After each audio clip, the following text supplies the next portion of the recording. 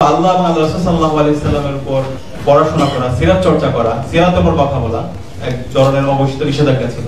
এবং ইতিমধ্যে আমাদের স্যার আলোচনা করেছে, আমরা দেখতে পেয়েছি বিগত সময়ে ঢাকা বিশ্ববিদ্যালয়ে আমরা যখন কোরআনের আয়োজন করেছিলাম, মিলাদুন নবী উপলক্ষে যখন আমরা আয়োজন করছিলাম, সেই আয়োজনে শোকজ করা হয়েছিল শিক্ষার্থীদেরকে এবং বিশ্ববিদ্যালয়ের ডিপার্টমেন্টকে। এইভাবে আমাদেরকে বিগত 16 বছরে আমাদের ইসলামের সিম্বল, আমাদের যে অধিকার, সেই অধিকারকে কেড়ে নেওয়া হয়েছে। এবং এখানে আমাদের উপর সাংস্কৃতিকভাবে এক ধরনের কালচারাল হেজিমনি, সেটা হচ্ছে কলকাতার যে সংস্কৃতি, সেটা আমাদের উপর চাপিয়ে দেওয়ার চেষ্টা করা হয়েছে। তো আলহামদুলিল্লাহ, আজকে জুলাই বিপ্লবের মাধ্যমে আমরা আজাদী পেয়েছি। আজকে আমরা স্বাধীনভাবে কথা বলতে পারছি। এদেশের মুসলমানরা তারা আজাদী পেয়েছে এবং সকল মানুষ আজাদী পেয়েছে। সকল মানুষ মন প্রাণ খুলে কথা বলতে পারছে এবং আমরা ইসলামের কথা বলতে পারছি।